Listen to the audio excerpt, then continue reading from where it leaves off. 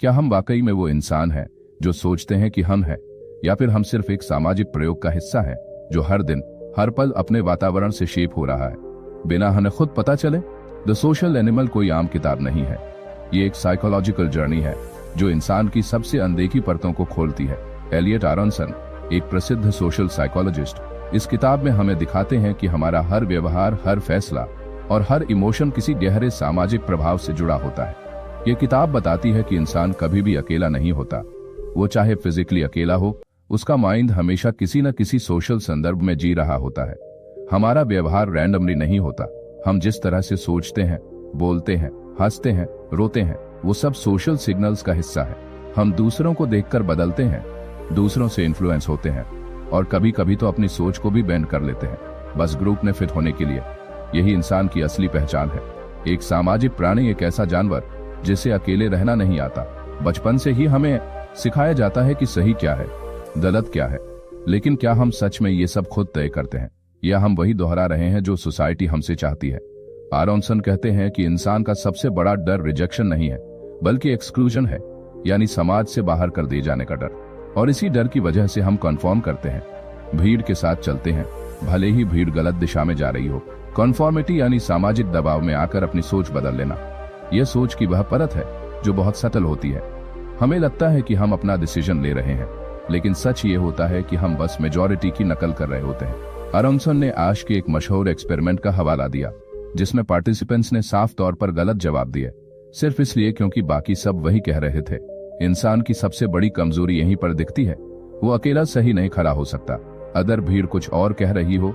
अब सोचिए, आप खुद कितनी बार किसी टॉपिक पर अपनी राय इसलिए बदल चुके होंगे क्योंकि सब कुछ और सोच रहे थे।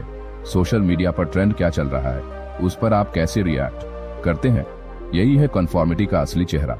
लेकिन कन्फॉर्मिटी सिर्फ दबाव नहीं है, ये कंफर्ट भी देता है। जब हम भीड़ के साथ होते हैं तो हमें सुरक्षा महसूस होती है। यही कारण है कि कल्ट्स, पॉलिटिकल ग्रुप्स और यहाँ तक कि गैंग्स भी इतने पावरफुल बन जाते हैं। वो अपने मेंबर्स को बिलोंगिंगनेस देते हैं, लेकिन कन्फर्म करने के बाद भी हमारे अंदर एक टेंशन बची रह जाती है। जब हमारा किया हुआ और सोचा हुआ मेल नहीं खाता, तब एक मानसिक तनाव पैदा होता है, जिसे कहते हैं कॉग्निटिव डिसोनेंस। मान लो आपने कोई ऐसा काम किया जो आपके प्रिंसिपल्स के खिलाफ था। आप खुद को ईमानदार मानते हैं, लेकिन आपने झूठ बोल दिया। अब आपके दिमाग में एक अंदरूनी टकराव शुरू होता है। आप खुद को जस्टिफाई करने की कोशिश करते हैं। मैंने झूठ इसलिए बोला क्योंकि सामने वाला समझ नहीं पाता, या ये सिचुएशन अलग थी, यहाँ झूठ बोलना जरूरी था। हम नैरेटिव बदल लेते हैं ताकि खुद को सही साबित कर सकें। आरोनसन बताते हैं कि इंसान खुद को गलत नहीं मानना चाहता। वो अपने ईगो को बचाने के लिए हर संभव कोशिश करता है, चाहे उसे अपनी वैल्यूज ही क्यों न बदलनी पड़े। हम अपनी ही मोरालिटी को बेंड कर लेते हैं ताकि गिल्ट से बच सकें।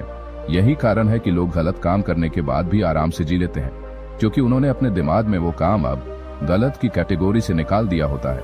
यही पैटर्न बड़े स्तर पर भी देखने को मिलता है।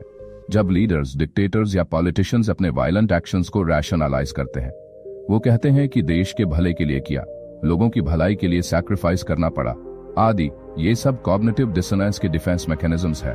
और फिर आता है परसुएजन, यानी किसी की सोच, राय या व्यवहार को सटल तरीके से बदल देना। क्या आपने कभी सोचा है कि आप किसी एडवर्टाइजमेंट से क्यों प्रभावित हो जाते हैं? कोई सेलिब्रिटी अगर किसी प्रोडक्ट की तारीफ करता है तो हमें क्यों लगता है कि वो चीज अच्छी ही होगी? क्योंकि हमारा दिमाग सोर्स क्रेडिबिलिटी से इन्फ्लुएंस होता है। अगर कोई अट्रैक्टिव है, फेमस है या अथॉरिटी रखता है तो हम उसके कहे को ज्यादा सीरियसली लेते हैं। आरोनसन बताते हैं कि पर्सुएसिव पावर उन लोगों के पास सबसे ज्यादा होती है जो दिखने में आत्मविश्वासी हों, जो रिलेटेबल हों और जो अपनी बात को कॉन्फिडेंटली कह सकें। यही कारण है कि मार्केटिंग और पॉलिटिक्स में अपीयरेंस और कम्युनिकेशन स्टाइल पर इतना जोर दिया जाता है। फिर किताब ले जाती है हमें इंसानी सोच के सबसे अंधेरे कोनों की ओर, प्रेजुडाइज की ओर, यानी पूर्वाग्रह। हम किसी को उसके रंग, जाति, धर्म, लिंग या बैकग्राउंड के आधार पर जज करते हैं, बिना उसे सच में जाने। आरोनसन कहते हैं कि प्रेजुडिस सीखी जाती है। हम जैसे माहौल में बड़े होते हैं, जैसे मीडिया को कंज्यूम करते हैं, जैसी बातें सुनते हैं, वही हमारे दिमाग में बायसेस बना देती है और फिर हम उन्हीं बायसेस को सच मान बैठते हैं। इन पूर्वाग्रहों का सीधा असर हमारी डेली लाइफ पर पड़ता है। Hiring decisions, education, law enforcement, even दोस्ती और रिश्ते, हर जगह ये स्टेरियोटाइप्स साइलेंटली काम कर रहे होते हैं। एलियट आरोनसन का एक गहरा पॉइंट है कि जब तक हम अपने बायसेस को पहचानते नहीं, तब तक हम उनसे लड़ नहीं सकते। फिर किताब रिलेशनशिप्स की ओर जाती है।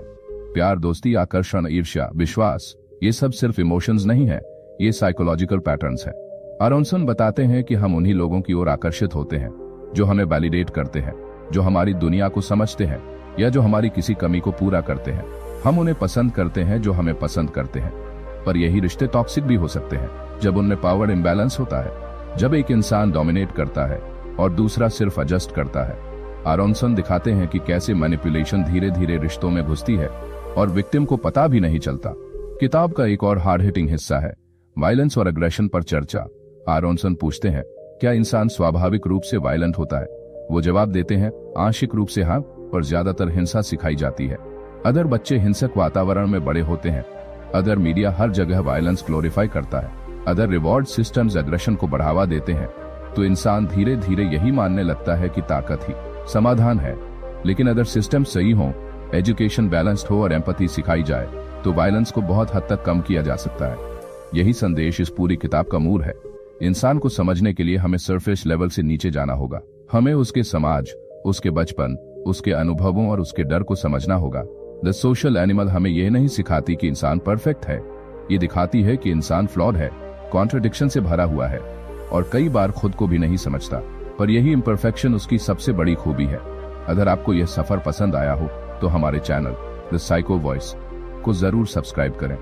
यहाँ हम आपके लिए लाते हैं दिमाग की उन गलियों से कहानियां जो बाहर से तो शांत लगती हैं, लेकिन अंदर एक तूफान छुपा होता है।